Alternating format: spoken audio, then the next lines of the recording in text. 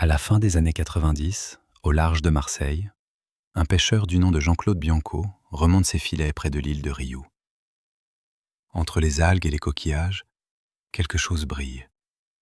Un bracelet d'argent, noirci par plus d'un demi-siècle de sel et d'obscurité. Il le nettoie du bout des doigts. Une gravure apparaît, lettre après lettre. Antoine de Saint-Exupéry, Care of Reynal et Hitchcock, 386 4e avenue, New York City, USA. Sur l'autre face, un seul mot, Consuelo. Ce bracelet a dormi au fond de la Méditerranée depuis 1944. L'adresse qu'il porte n'est pas celle d'un domicile. C'est celle d'une maison d'édition new-yorkaise, disparue depuis longtemps. Pourquoi un aviateur français portait-il au poignet les coordonnées de son éditeur plutôt que celles de son foyer? Quelques années plus tard, des plongeurs descendent à proximité du lieu de la découverte. Ils remontent un train d'atterrissage portant le numéro de série 2734L, puis un turbocompresseur, puis d'autres fragments métalliques tordus par l'impact. L'appareil est formellement identifié, un Lockheed P-38 Lightning de reconnaissance, celui d'Antoine de Saint-Exupéry. Le corps du pilote, lui, n'a jamais été retrouvé. Pour comprendre pourquoi cet homme a disparu, il faut remonter un siècle en arrière, dans une ville du sud-est de la France, dans une maison où naît un garçon portant 4 prénoms.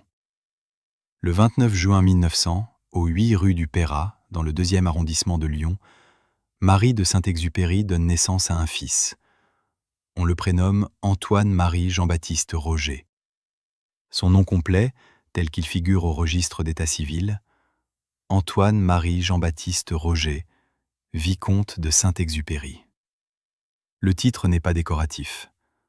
La famille appartient à l'ancienne noblesse provençale.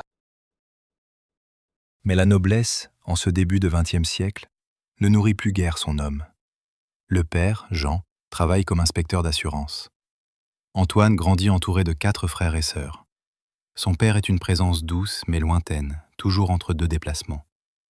En 1904, un matin ordinaire, Jean de Saint-Exupéry s'effondre. Accident vasculaire cérébral. Il meurt en quelques heures. Antoine a 4 ans. Marie, veuve à 35 ans avec 5 enfants, quitte Lyon. Elle emmène sa famille chez sa sœur, au château de Saint-Maurice de Raymond, dans l'Ain. Un domaine à l'ancienne, des tours, un parc immense, un étang où les enfants construisent des radeaux. Antoine parlera de ce lieu toute sa vie. Il l'appellera Côte 1. Plus tard, lorsqu'il décrira la planète du Petit Prince, minuscule, fragile, entourée de vide, c'est à ce domaine perdu qu'il pensera. Un monde parfait, si petit qu'on peut en faire le tour en quelques pas, et si fragile qu'il suffit d'un baobab pour le détruire. Le garçon se souviendra, des décennies plus tard. En 1912, Antoine a 12 ans. L'aérodrome d'Ambérieu-en-Bugey n'est qu'un champ d'herbe bordé de hangars en bois. Le garçon supplie un aviateur, Gabriel Wroblewski, selon la plupart des sources, de l'emmener en vol. L'homme accepte. L'appareil décolle dans un fracas de toiles et de moteurs. Quelques minutes au-dessus des champs suffisent. De retour au sol, Antoine rédige un poème. La décision est prise, il volera. Mais avant le ciel, la mort revient frapper. En 1917, la date exacte fait l'objet d'un léger désaccord entre historiens, certains la plaçant au début de 1918. Son frère cadet François tombe gravement malade. Fièvre rhumatismale, péricardite. Antoine obtient la permission de se rendre à son chevet. Il reste auprès de lui pendant les derniers jours. François a 15 ans. Il sait qu'il va mourir. Selon le récit qu'Antoine en fera bien plus tard, son frère lui aurait murmuré, avec un calme étrange. 3 décennies après, dans son chef-d'œuvre, un petit garçon aux cheveux d'or quittera sa planète, en se laissant mordre par un serpent, avec cette même douceur terrifiante. François murmure à travers les pages du Petit Prince, pour qui sait écouter. Le garçon qui avait perdu son père à 4 ans venait de perdre son frère à 17. Il grandirait en homme qui cherche sans cesse et qui, chaque fois, finit par perdre. En 1919, Antoine se présente au concours d'entrée de l'école navale. Il échoue. Le rêve maritime s'effondre en une journée d'examen. Il s'inscrit à l'école des beaux-arts, section architecture, sans conviction. Le dessin, en revanche, restera un refuge. C'est lui qui illustrera un jour les aventures d'un petit bonhomme venu d'un astéroïde. En 1921, le service militaire le conduit au 2e régiment d'aviation à Strasbourg. Enfin, les avions. Il apprend à piloter sur des appareils brinque-ballants. C'est là que survient un épisode que ses camarades raconteront longtemps. Un matin, lors d'un vol d'entraînement, le jeune soldat aperçoit de la fumée dans le cockpit. Il est convaincu que le moteur a pris feu. Au lieu de paniquer, il exécute 2 tours de piste impeccables et pose l'appareil avec une précision remarquable. L'instructeur, ignorant tout du prétendu incendie, lui accorde la note maximale. On inspecte le moteur, rien, une simple vapeur d'huile. L'anecdote résume le personnage, une imagination débordante, un sang-froid réel, et cette capacité à transformer la catastrophe imaginaire en performance involontaire. Au printemps de 1923, au Bourget, il s'écrase pour la première fois. L'accident est violent, fracture du crâne. Il survit, mais l'armée le déclare inapte au vol. Il est démobilisé. Le voici à 23 ans, vicomte sans fortune, aviateur sans avion. Pour vivre, il enchaîne des emplois que l'on peine à imaginer quand on connaît la suite. Représentant commercial pour les camions Soraire, il arpente les garages de la banlieue parisienne, serviette à la main, essayant de convaincre des mécaniciens qui n'achètent pas. Figurant dans une production de l'opéra Quo Vadis, il se tient debout au fond de la scène, en costume romain, anonyme parmi la figuration.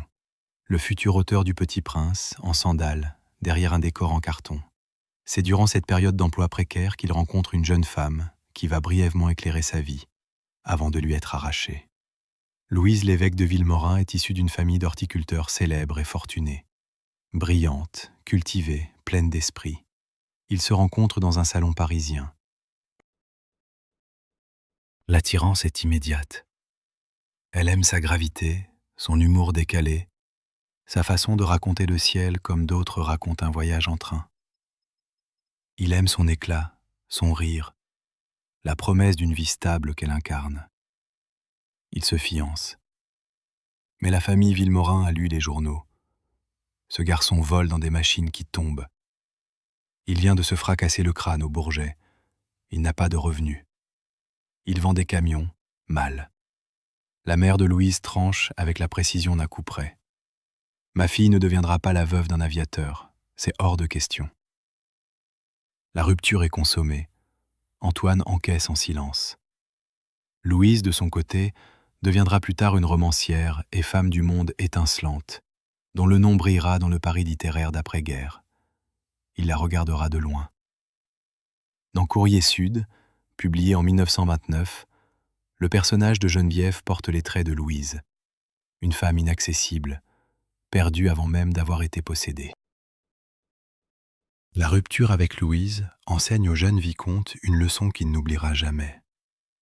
Ceux qui volent ne sont pas faits pour rester. Il n'avait plus rien à perdre à Paris. Il choisit de partir le plus loin possible. Il choisit le désert. En 1926, une compagnie d'aviation audacieuse lui ouvre ses portes. La société Latécoère, bientôt rebaptisée Aéropostale, transporte le courrier entre Toulouse, Casablanca et Dakar. Les pilotes survolent l'Espagne, le Maroc, la Mauritanie, dans des appareils fragiles, sans radio, sans instruments fiables, au-dessus de territoires où un atterrissage forcé peut coûter la vie. Les pannes sont fréquentes, les disparitions aussi. C'est exactement ce dont Antoine a besoin. Il rejoint la ligne, il vole, il retrouve le ciel. En 1927, on lui confie un poste singulier, chef d'escale à Cap Juby, un point isolé sur la côte du Sahara occidental, aujourd'hui Tarfaya, au Maroc. Un fortin perdu entre l'océan et le sable. L'Européen le plus proche se trouve à des centaines de kilomètres. Autour de lui, des tribus maures et berbères avec lesquelles il négocie, parfois pour récupérer des pilotes capturés après un atterrissage forcé, parfois simplement pour maintenir une coexistence fragile. La nuit tombe sur Cap Juby. Le ciel est si vaste qu'il semble liquide, comme une mer retournée au-dessus de la terre. Antoine s'assoit devant le fortin, une lampe à pétrole posée sur une caisse. Derrière le mur, des bergers touaregs préparent le thé. Au-dessus, les étoiles. Des milliers, des millions, si nombreuses qu'elles semblent former une poussière lumineuse. Il les regarde longuement, il les mémorise. Ces étoiles-là, il ne les oubliera jamais. Elles reparaîtront, des années plus tard, dans un livre que des millions de gens liront sans savoir qu'elles avaient d'abord existé au-dessus d'un fortin du Sahara. Le jour, il vole. Les missions consistent à suivre la côte, à vérifier que les pilotes de passage n'ont pas eu d'ennui, à guetter les colonnes de fumée signalant un crash. Quand un avion manque à l'appel, c'est lui qui part en reconnaissance. Quand un pilote est capturé par les tribus dissidentes, c'est lui qui négocie la rançon. Il apprend l'arabe rudimentaire, le langage des gestes, la diplomatie du thé partagé. Il découvre que les hommes du désert ne sont ni des sauvages, ni des ennemis. Ce sont des hommes, simplement, avec leur fierté, leur code, leur hospitalité brutale. Entre les vols et les négociations, il écrit. Il développe une habitude que ses collègues trouvent déconcertante. Lorsque l'inspiration ne vient pas au sol, il monte dans son avion, décolle, et tourne en rond au-dessus de l'aérodrome pendant des heures. En bas, les mécaniciens lèvent les yeux, inquiets. Il tourne depuis 2 heures. On a un problème ? Non, il finit un chapitre. Un chapitre de quoi ? Comment veux-tu que je sache ? Moi, je suis mécanicien. Ce n'est pas une légende. Plusieurs témoins confirmeront cette manie. Le vicomte pilote écrit en vol, carnet coincé entre les genoux, griffonnant des phrases entre 2 corrections de cap. Du moins, c'est ce que racontaient ses camarades, avec un mélange d'admiration et d'incrédulité. L'altitude, selon lui, clarifie les pensées. En bas, tout est encombré, les gens, les bruits, les obligations. En haut, il n'y a que le ciel, le moteur et les mots. Le 29 décembre 1935, cette passion pour le vol manque de le tuer. Antoine tente un raid Paris-Saïgon, à bord d'un caudron Simoun, avec son mécanicien André Prévost. Au-dessus du désert de Libye, l'avion percute une dune à pleine vitesse. Les 2 hommes survivent au choc par miracle. Mais ils se retrouvent seuls, sans eau, sans radio, au milieu de nulle part. 4 jours. 4 jours sans une goutte d'eau, sous un soleil qui brûle le crâne et gèle les os la nuit. Ils marchent vers l'est, la direction de la vie, dira Antoine. Ils hallucinent. Ils voient des lacs là où il n'y a que du sable, des villes là où il n'y a que des pierres. Prévost marche à côté de lui, en silence, avec la même gorge en feu et les mêmes mirages devant les yeux. Au 4e jour, un bédouin surgit de nulle part et les sauve. Antoine ne connaîtra jamais son nom. Cette expérience deviendra l'ouverture de Terre des Hommes, puis celle du Petit Prince. La soif, les étoiles, le désert, le renard, l'immensité. Tout est là, dans ces 4 jours, entre la vie et la mort. Et André Prévost, le mécanicien silencieux, celui que l'histoire oublie toujours au profit du grand homme, a vécu la même épreuve. Il avait soif lui aussi, il hallucinait lui aussi. La fraternité que Saint-Exupéry célébrera dans ses livres n'est pas une abstraction, c'est une expérience partagée. On ne devient frère qu'en partageant la même soif. En 1929, avant l'accident du désert, Antoine publie son premier roman, Courrier Sud. Le livre est bien accueilli. Il y raconte la vie des pilotes de la ligne, la solitude, le danger, des camarades perdus. Geneviève, le fantôme de Louise, traverse le récit comme une ombre douce. Cette même année, la compagnie l'envoie en Argentine. Il devient directeur de l'Aeroposta Argentina, filiale sud-américaine de l'Aéropostale, chargé d'organiser les lignes postales en Patagonie. Buenos Aires, les Pampas, les Andes, le vent qui arrache les toits. Un autre bout du monde, une autre solitude peuplée. C'est là, dans cette ville du bout du continent, qu'il rencontre la femme qui deviendra son tourment, son inspiration et sa rose. Elle entre dans un salon de Buenos Aires comme une tempête entre par une fenêtre ouverte. Consuelo Suncín Sandoval de Gomez est née au Salvador en 1901, bien que certaines sources avancent 1902. Petite, brune, les yeux immenses, elle possède un tempérament volcanique que ses admirateurs qualifient de passionné et ses détracteurs d'insupportable. Quand Antoine la rencontre en 1930, elle est déjà veuve de son deuxième mari, un journaliste guatémaltèque mort prématurément. Elle peint, elle écrit, elle parle avec une véhémence qui remplit les pièces. Lui, le géant mélancolique, il mesure plus d'1,80 m et dose ses silences comme d'autres mesurent leurs mots, tombe immédiatement. Leur histoire ressemble à une collision entre deux planètes. Aucune orbite stable n'est possible, mais aucune séparation définitive non plus. Le 22 avril 1931, ils se marient civilement à Nice. Le lendemain, 23 avril, la cérémonie religieuse a lieu à Aguet, sur la côte varoise. Il a 30 ans. Elle, 29 ou 30, selon l'année de naissance retenue. Les témoins sourient. Personne ne parie sur la durée de cette union. Tout le monde a raison, et tout le monde a tort. Le mariage durera 13 ans, jusqu'à la mort du marié. Mais ce seront 13 années de tempête, de réconciliation épuisée, de lettres déchirées puis recollées.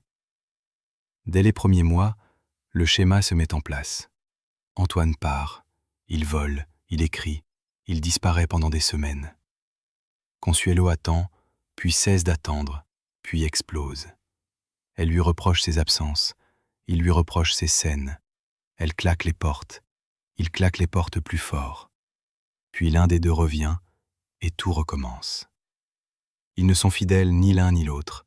C'est un fait établi, confirmé par les biographes, Stacy Schiff notamment, ainsi que par la correspondance privée et les témoignages de leurs proches. Antoine multiplie les liaisons. Consuelo a ses propres aventures. Ils le savent. Ils en souffrent. Ils continuent. Un soir, après une énième dispute, il lui écrit ces mots qu'on croirait tirés d'un roman, mais qui figurent dans sa correspondance. « Tu es insupportable. Sans toi, j'étouffe. » C'est la même chose. 9 mots. Toute une vie conjugale résumée en 9 mots. Dans son autobiographie, publiée à titre posthume en l'an 2000 sous le titre « Mémoire de la rose », Consuelo raconte leur vie commune avec une franchise désarmante. Dans un autre ouvrage, Kingdom of the Rocks, elle décrit son mari comme un homme doté d'une langue de vipère, capable de tendresse infinie un instant et de cruauté verbale l'instant suivant.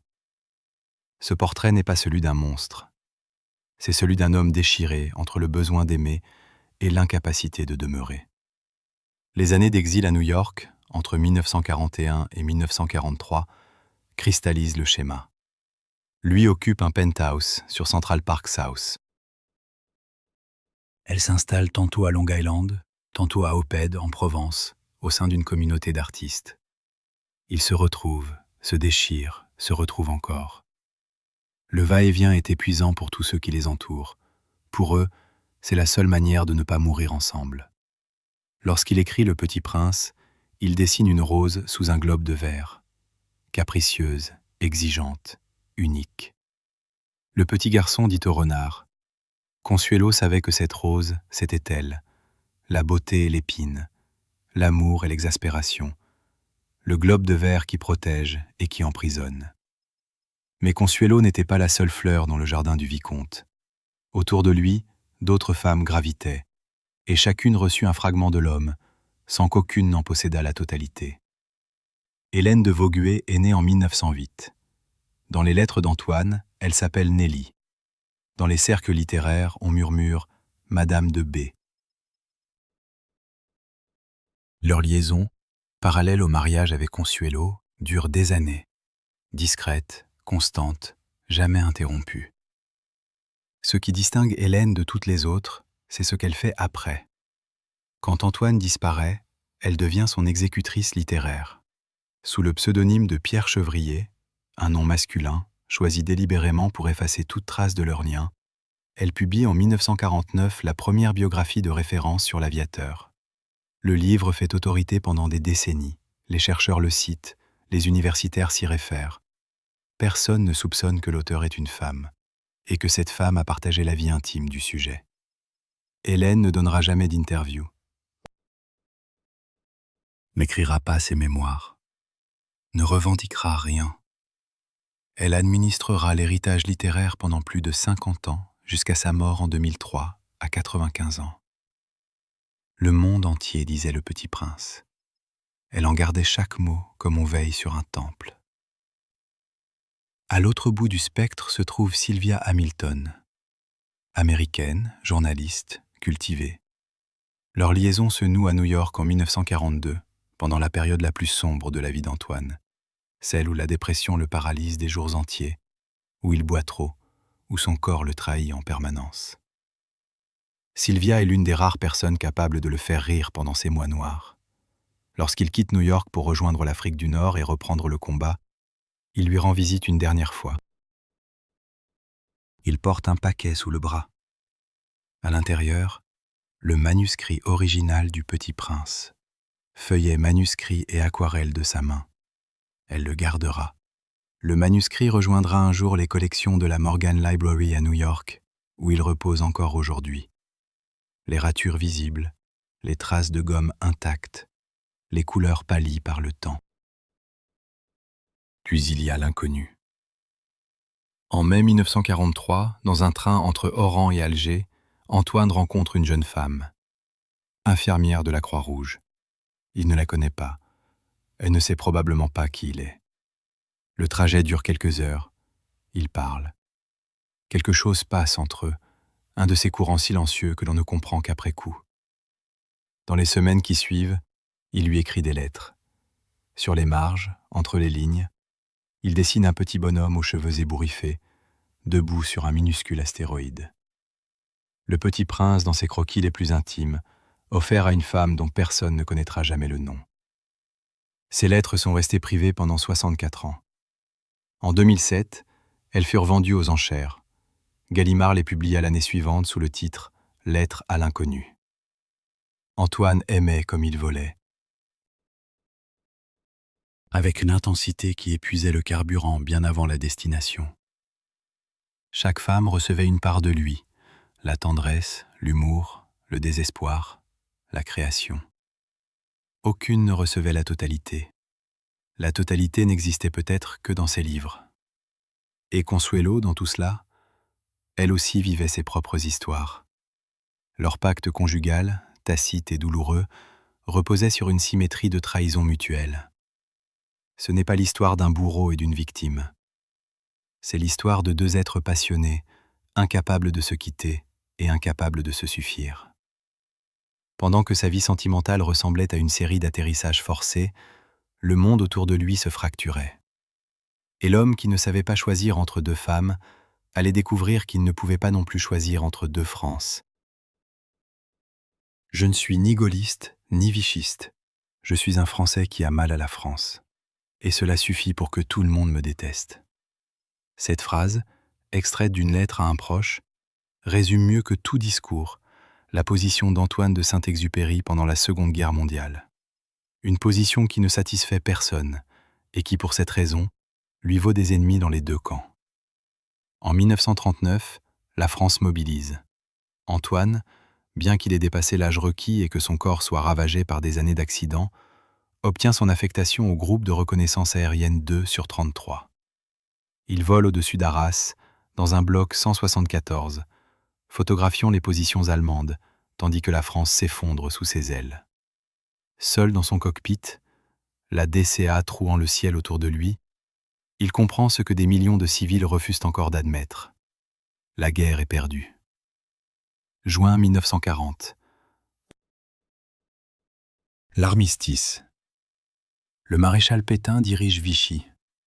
Le général de Gaulle, depuis Londres, appelle à la résistance. Antoine ne rejoint ni l'un ni l'autre. Il aime la France, il déteste la défaite. Il se méfie des hommes qui prétendent incarner le salut à eux seuls. Ce refus de choisir le condamne des deux côtés. Un matin, à Alger, un officier lui glisse une nouvelle qui le fait blêmir. Vichy vient de lui accorder une promotion militaire. Il n'a rien demandé, il ne veut rien recevoir. Accepter une distinction du régime reviendrait à le cautionner. La refuser publiquement serait un acte politique qu'il ne souhaite pas davantage. Il reste dans l'entre-deux, là où personne ne le protège. Du côté gaulliste, la réaction est symétrique. Antoine critique ouvertement De Gaulle. Il le trouve autoritaire, dangereux dans sa certitude d'être le seul Français légitime. Ses propos parviennent à Londres. De Gaulle répond à sa manière. Il fait interdire la distribution des livres de Saint-Exupéry dans certaines colonies françaises. L'écrivain le plus lu de France se retrouve censuré par ceux qui prétendent défendre la liberté. Le cas de Pilote de guerre illustre cette absurdité mieux que tout. Le livre, publié aux États-Unis en 1942, connaît un succès immense, des centaines de milliers d'exemplaires vendus en quelques mois. Mais en France, le régime de Vichy le censure à cause de ses références à Hitler. Parallèlement, De Gaulle en bloque la diffusion dans les territoires sous contrôle de la France libre. Et pendant ce temps, à Lyon, des imprimeurs clandestins en produisent des éditions souterraines, diffusées de main en main dans la zone occupée. Un seul livre, 4 destins simultanés. Best-seller à New York, interdit à Vichy, censuré par De Gaulle, imprimé dans la clandestinité à Lyon. La situation résume, mieux que tout commentaire, la place impossible de son auteur dans une France déchirée. En décembre 1940, Antoine arrive à New York. Il est célèbre, traduit, invité partout. Mais à l'intérieur, quelque chose cède. Son corps le trahit. Les séquelles de ses multiples accidents, fractures du crâne, des vertèbres cervicales, de l'épaule, le font souffrir en permanence. Il ne peut plus tourner la tête sans douleur. Il souffre de cholécystite, une inflammation chronique de la vésicule biliaire. Il boit davantage qu'il ne devrait, il dort mal, il grossit. Ses amis s'inquiètent. Certains remarquent qu'il parle de la mort avec une familiarité croissante, non pas comme d'une ennemie, mais comme d'une compagne de route qui finira bien par le rattraper. Les Américains, ignorant les subtilités de la particule française, l'appellent Côte 16, amputant son nom de son sein et de son trait d'union. Cela le met hors de lui. Saint-Exupéry, répète-t-il avec une patience qui s'amenuise. Le trait d'union n'est pas facultatif. Cette insistance sur un signe de ponctuation, chez un homme qui affronte la perte de son pays et l'effondrement de sa santé, pourrait sembler dérisoire. Elle ne l'est pas. Le trait d'union est tout ce qui tient encore ensemble les morceaux de son identité. Sans lui, le nom se brise, comme tout le reste. L'inventeur en lui ne s'éteint pas, même dans cette obscurité. Il dépose plusieurs brevets, des appareils de navigation, des systèmes de calcul pour l'aviation. Le rêveur est aussi un ingénieur. Le poète calcule des trajectoires. Mais les brevets ne remplacent pas le ciel. Et New York n'est pas sa place. Dans cette nuit intérieure, malade, écartelé, rejeté par les deux Frances qui se disputent son allégeance, il va s'asseoir à sa table et commencer à dessiner un petit garçon aux cheveux couleur de blé, debout sur une planète pas plus grande qu'une maison. L'idée ne vient pas d'un éclair de génie, elle vient d'un éditeur attentif. Eugène Raynal, cofondateur de Raynal et Hitchcock, observe depuis des mois le déclin de son auteur. L'homme qui a écrit Vol de nuit et Terre des hommes ne produit plus rien. Il s'isole, il traîne dans son appartement au milieu de feuilles froissées et de cendriers pleins. Raynal remarque que, dans ces moments de distraction, Antoine griffonne sans cesse le même personnage, un petit bonhomme aux cheveux hérissés, juché sur ce qui ressemble à un astéroïde. Un jour, il lui lance « Vous dessinez toujours ce petit bonhomme. Pourquoi ne pas en faire un livre ?» Antoine lève les yeux. Quelque chose s'allume. Selon certains récits, un autre facteur joue un rôle, plus cocasse. Le succès phénoménal de Mary Poppins aux États-Unis aurait piqué l'orgueil du vicomte. Lui, le pilote, L'homme qui a survécu au Sahara et aux Andes se faire damer le pion par une gouvernante à parapluie?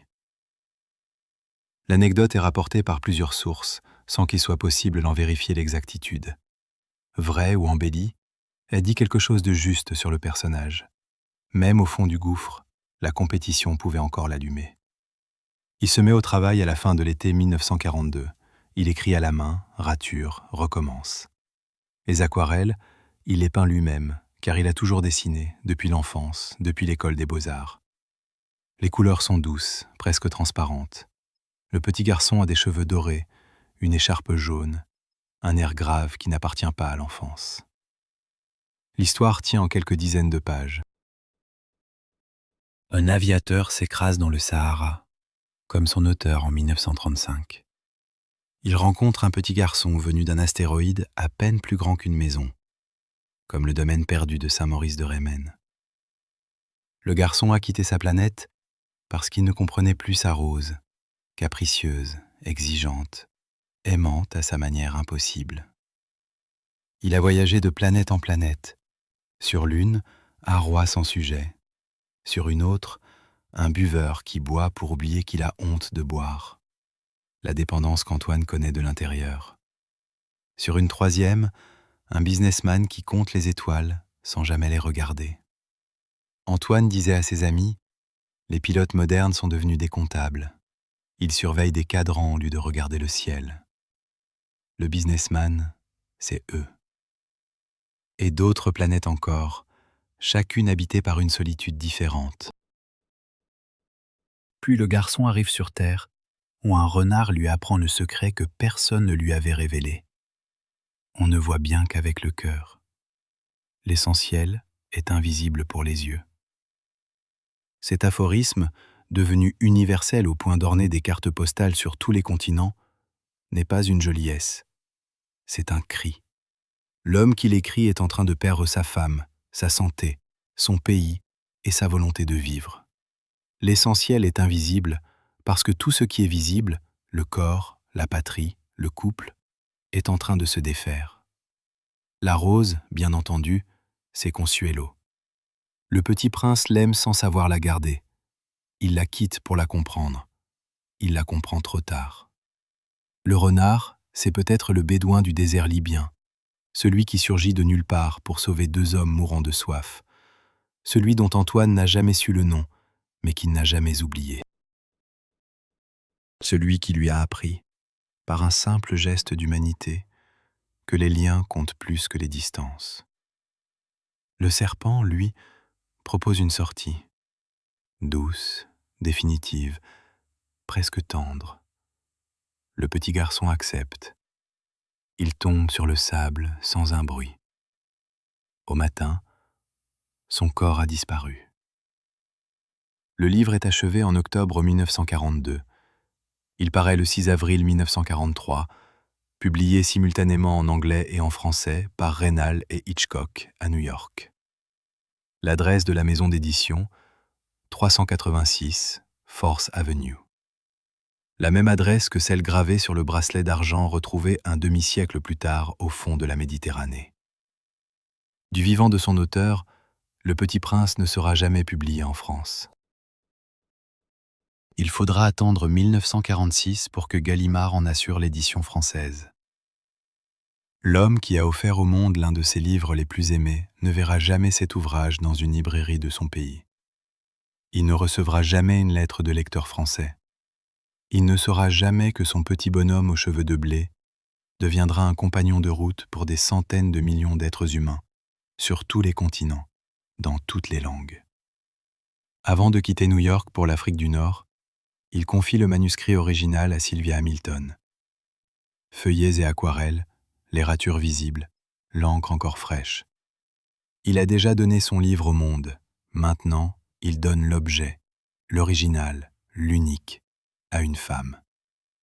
Et il garde pour lui la seule chose qu'il possède encore, le droit de retourner au combat. La guerre le reprend, le ciel l'attend. Mais ce n'est plus le même ciel. Le retour au combat n'est pas simple. Son corps est celui d'un homme de 43 ans qui a survécu à au moins 5 accidents majeurs. Il ne peut plus lever les bras au-dessus de la tête.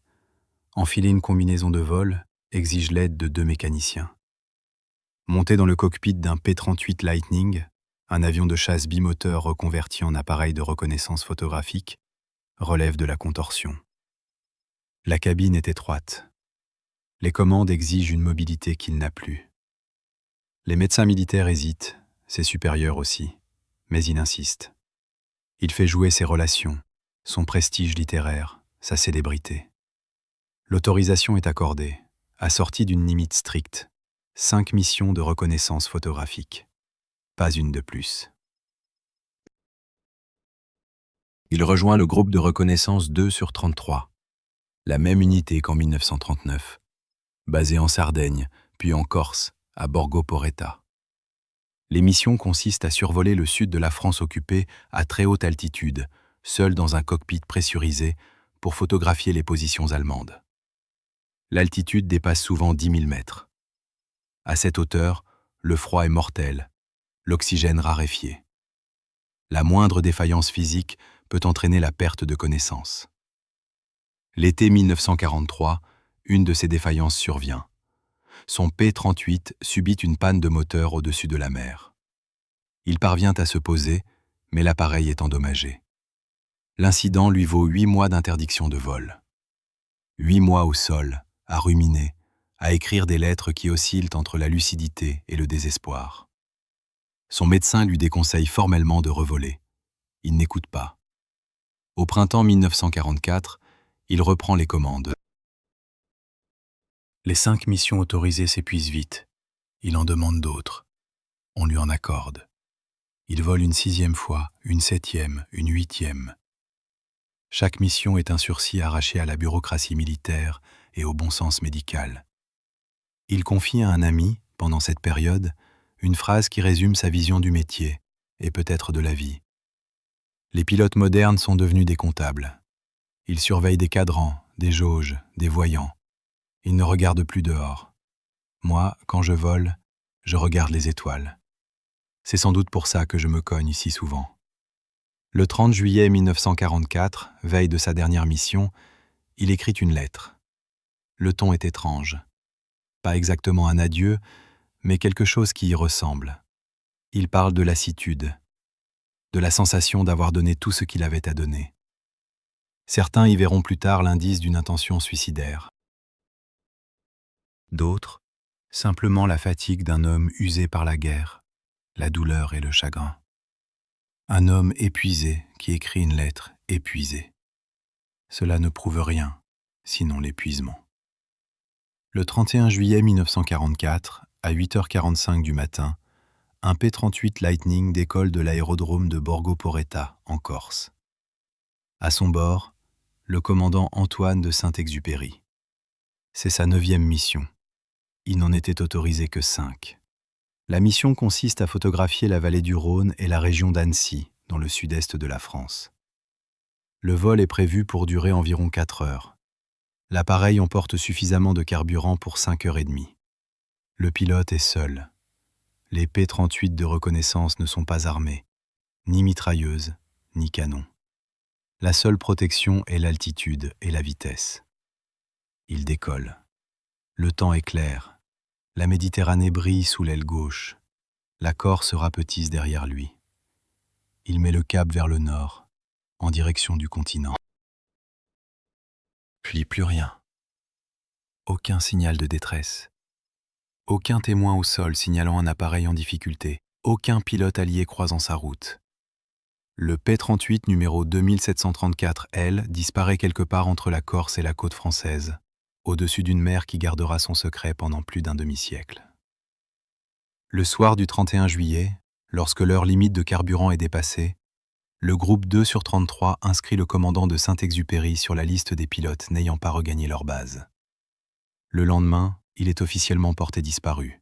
Les recherches ne donnent rien. Ni épave, ni corps, ni trace.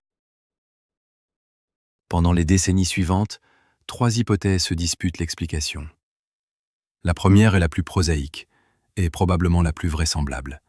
La défaillance technique ou physique. Les débris retrouvés au large de Marseille, analysés par les experts, révèle un impact vertical à très grande vitesse, sans la moindre tentative de redressement. L'appareil a plongé droit vers la surface, comme un projectile. Cela peut signifier une panne soudaine des commandes, blocage hydraulique, défaillance structurelle. Cela peut aussi signifier que le pilote avait perdu connaissance. À plus de 10 000 mètres d'altitude, un homme de 44 ans, souffrant de douleurs cervicales chroniques et de troubles digestifs, pouvait parfaitement s'évanouir. La mort, dans ce cas, serait venue comme un sommeil, silencieuse, sans douleur. La deuxième hypothèse est celle du combat aérien. En 2008, un ancien pilote de la Luftwaffe nommé Horst Rippert, âgé de 88 ans, accorde une interview à un journal de Provence. Il affirme avoir abattu un P-38 Lightning ce jour-là, dans cette zone, à 7 heures. Il ne savait pas qui se trouvait dans le cockpit. Si j'avais su que c'était Saint-Exupéry, je n'aurais pas tiré. J'avais lu tous ses livres. Le témoignage est poignant. Mais il pose un problème.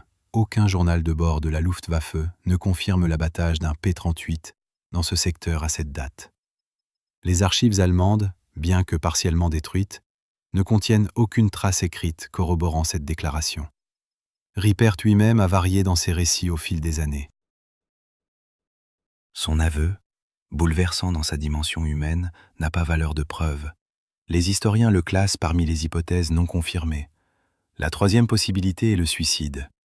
Ses partisans s'appuient sur la lettre du 30 juillet, sur la dépression documentée, sur les propos désabusés tenus à ses proches. Ils font valoir que 9 missions, quand 5 seulement étaient autorisées, trahissent un homme qui cherche sa fin. Mais cette lecture ne repose sur aucun élément matériel. La lettre n'est pas un mot d'adieu. Les dépassements du quota de mission étaient courants chez les pilotes expérimentés qui refusaient de quitter le combat. Et un homme qui planifie sa mort ne demande généralement pas 4 missions supplémentaires. Il n'en faut qu'une. Le mystère demeure entier. Défaillance mécanique, perte de connaissance, tir ennemi, gestes délibérés, toutes les portes restent entr'ouvertes. La Méditerranée, comme le désert du Petit Prince, ne livre pas ses morts facilement. En 1945, la France attribue à Antoine de Saint-Exupéry le statut officiel de mort pour la France. Pas de tombe, pas de cérémonie funéraire, pas de corps à rendre à sa mère Marie, ni à Consuelo, ni à Hélène. Juste une ligne dans un registre. Un nom ajouté à la longue liste des disparus. Le Petit Prince, lui aussi, disparaît de cette manière. Son corps tombe sur le sable du désert, mais au matin, l'aviateur ne trouve rien. La fiction avait devancé la réalité d'exactement 1 an, mais la mer, comme la mémoire, finit toujours par rendre quelque chose. Il faut simplement savoir attendre.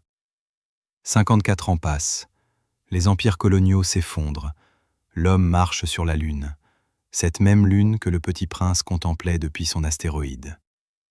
Le mur du son est franchi 3 ans seulement après la disparition du pilote qui avait du mal à tourner la tête dans son cockpit.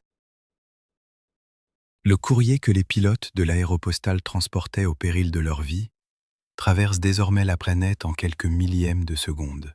Un adolescent de Toulouse peut envoyer un message à un ami de Dakar en tapant sur un écran avec son pouce. Le trajet qui coûtait la vie à des hommes comme Mermoz, Guillaumet ou Saint-Exupéry ne coûte plus rien. Pas même une pensée pour ceux qui l'ont ouvert. Mais son livre, lui, ne vieillit pas. Chaque année, plus de 2 millions d'exemplaires du Petit Prince trouvent de nouveaux lecteurs. L'ouvrage est traduit en plus de 600 langues et dialectes, du bambara au breton, du quechua au japonais, du tamoul au créole haïtien. Des éditions en braille existent, des adaptations en langue des signes aussi. Traduit dans plus de langues que Shakespeare ou Cervantes réunis. Seuls certains textes sacrés le dépassent encore. Des enfants de 6 ans le lisent comme un conte, en demandant pourquoi le mouton mange les fleurs. Des adolescents y trouvent leur première question existentielle. Des adultes le reprennent à 40 ans et découvrent, stupéfaits, qu'il ne dit pas du tout ce qu'ils croyaient. Des vieillards le retrouvent, comme on retrouve un ami silencieux qu'on avait oublié, et qui, lui, n'avait pas oublié. Le livre grandit avec son lecteur. Il dit à chaque âge une chose différente. Aucun autre ouvrage non religieux dans l'histoire de l'humanité n'a atteint cette universalité. Et son auteur n'a jamais su. L'enfant dessiné par un aviateur dépressif, dans un appartement enfumé de Central Park South, est devenu l'un des personnages les plus reconnaissables de la littérature universelle. L'homme qui l'a créé est mort en croyant être un pilote vieillissant qui avait écrit un conte pour enfants. Le monde sait qu'il était autre chose. Mais ce décalage entre la création et la reconnaissance, entre ce qu'un homme croit laisser et ce qu'il laisse véritablement, a quelque chose de troublant. Comme si l'essentiel, une fois de plus, était resté invisible aux yeux de celui qui l'avait écrit. Les gens qu'il a aimés ont continué de vivre après lui, chacun portant un fragment de son héritage. Consuelo, la rose, survit à son mari de 35 ans. Elle ne se remarie pas, elle peint, elle écrit, elle vit entre la France et le Salvador. Son tempérament volcanique ne s'apaise pas avec l'âge. Elle reste passionnée, imprévisible, fidèle aux souvenirs, sinon à l'homme. Elle meurt en 1979, à Grasse, dans le sud de la France, à l'âge de 78 ans. Ses mémoires paraissent à titre posthume en l'an 2000. Le titre dit tout, Mémoires de la rose. Elle savait, elle avait toujours su. La rose capricieuse du petit prince, celle qui tousse sous son globe de verre pour attirer l'attention, celle qui prétend ne pas avoir peur des courants d'air alors qu'elle tremble, c'était elle. Des années après la mort d'Antoine, une journaliste lui demande si elle se reconnaît dans le personnage de la rose. Consuelo répond avec cette franchise brûlante qui était sa marque. J'étais sa rose. Il le savait. Je le savais. Le monde ne le savait pas encore. Quand le monde lut ses mémoires, il cessa enfin de douter. La rose avait un nom. Hélène de Voguier choisit un destin radicalement différent. Là où Consuelo revendiqua la lumière, Hélène embrassa l'ombre. Pendant plus d'un demi-siècle, elle administra les manuscrits, négocia les droits, protégea la mémoire de l'homme qu'elle avait aimé en silence. Elle ne donna jamais d'interview, n'écrivit pas ses mémoires, ne revendiqua rien. Quand elle mourut en 2003, à 95 ans, elle emporta les derniers secrets de cette liaison que seuls les intimes avaient connue. Sylvia Hamilton conserva le manuscrit original du Petit Prince pendant des années. Quand il rejoignit les collections de la Morgan Library à New York, le public découvrit les aquarelles originales, plus fragiles, plus hésitantes que les reproductions imprimées. On y voit les traces de gomme, les repentirs, les taches d'encre. On y sent la main d'un homme qui dessine non pas en artiste professionnel, mais en père inventant une histoire pour un enfant qui n'existera jamais. Antoine et Consuelo n'ont pas eu d'enfant. Le petit prince est le fils qu'ils n'ont pas eu. L'inconnu du train Oran-Alger demeure sans visage et sans nom. Ces lettres, publiées par Gallimard en 2008 sous le titre « Lettres à l'inconnu », portent dans leurs marges les dessins les plus intimes, un petit bonhomme pensif, griffonné entre deux déclarations tendres. Qui était-elle? Une infirmière de passage. Un visage croisé dans un wagon brinque-ballant d'Afrique du Nord. Antoine lui écrivit comme on jette une bouteille à la mer. 64 ans plus tard, la bouteille refait surface. Son auteur avait disparu depuis longtemps, sa destinataire aussi probablement. Car c'est bien la mer qui, patiemment, rend les fragments. En 1998, Jean-Claude Bianco remonte dans ses filets, au large de l'île de Riou, un bracelet d'argent noirci par le sel. On connaît l'inscription, le nom de l'aviateur, l'adresse de l'éditeur new-yorkais. Mais il y a l'autre face, celle que ce récit n'avait pas encore révélée. Un seul mot, Consuelo. L'homme qui portait ce bracelet avait inscrit sur le même cercle de métal les coordonnées de son œuvre et le prénom de sa femme. Le livre et la rose, la création et l'amour. Les deux pôles entre lesquels sa vie entière avait oscillé, réunis dans un objet assez petit pour tenir au creux d'une paume. 2 ans plus tard, en l'an 2000, les plongeurs descendent. Les fonds au large de Riou sont rocheux, découpés, traîtres. Les courants ont dispersé les débris sur une vaste zone. Il remonte un train d'atterrissage, puis un turbocompresseur, puis des fragments de fuselage tordus par l'impact. L'identification prend 3 ans. En 2003, les résultats tombent. Le numéro de série correspond au P-38 Lightning, attribué au commandant de Saint-Exupéry le jour de sa dernière mission. L'état des débris confirme un impact vertical à très grande vitesse. L'appareil n'a pas tenté d'amérir, il n'a pas plané, il a plongé droit. Soit les commandes ne répondaient plus, soit le pilote ne les tenait plus. Le corps n'a jamais été retrouvé.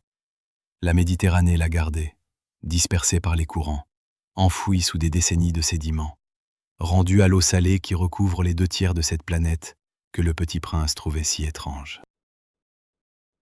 Marie de Saint-Exupéry, la mère d'Antoine, est le personnage le plus silencieux de cette histoire, et le plus douloureux. Elle a survécu à son mari, mort en 1904, à son fils François, mort à 15 ans, à son fils Antoine, disparu à 44 ans. La vie lui avait infligé la pire des chronologies, voir partir, un à un, ceux qui auraient dû lui succéder. Quand la nouvelle de la disparition d'Antoine lui parvint, elle comprit, comme toutes les mères de pilotes, que disparu signifiait mort sans tombe. Elle ne revit jamais le corps de son fils. Elle ne put jamais déposer de fleurs sur une pierre portant son nom. Elle ne laissa pas de mémoire. Elle n'écrivit pas de livre. Elle fut une mère qui avait perdu trop d'enfants. Elle porta ce poids en silence, comme les mères le font depuis la nuit des temps, avec une dignité que les mots ne savent pas honorer. Le bracelet repose aujourd'hui dans un musée, sous verre. Les débris du P-38 sont conservés dans un dépôt du ministère de la Culture. Le manuscrit du Petit Prince est exposé à la Morgan Library, dans une salle où la lumière est tamisée pour protéger les aquarelles. Les lettres à l'inconnu sont publiées chez Gallimard. Les mémoires de Consuelo sont en librairie. Le métal tordu, le papier jauni, l'encre pâlie, l'argent noirci. On peut toucher ces objets, on peut les photographier, les analyser, les dater. Tout est là. Les preuves matérielles d'une existence. Tout, sauf l'homme. Mais il se peut que ce soit exactement ce qu'il aurait voulu. Pas de tombe, pas de monument de bronze, pas de mausolée. Juste un livre que des millions de gens continuent de lire, seuls, le soir, dans leur chambre, partout sur cette planète. Juste un petit garçon, aux cheveux couleur de blé, debout sur un astéroïde pas plus grand qu'une maison, regardant un coucher de soleil. Et un autre, et encore un autre. Parce que sur sa planète, il suffit de tirer sa chaise de quelques pas pour en voir un nouveau. Et quand on est très triste, dit-il, on aime les couchers de soleil. Un jour, il en a regardé 44. 44 couchers de soleil. Antoine de Saint-Exupéry avait 44 ans quand il a disparu. L'homme le plus seul du monde a écrit le livre le plus accompagné du monde. Le vicomte portait sur son bracelet l'adresse de son éditeur, pas celle de sa maison, car sa maison n'était pas un lieu.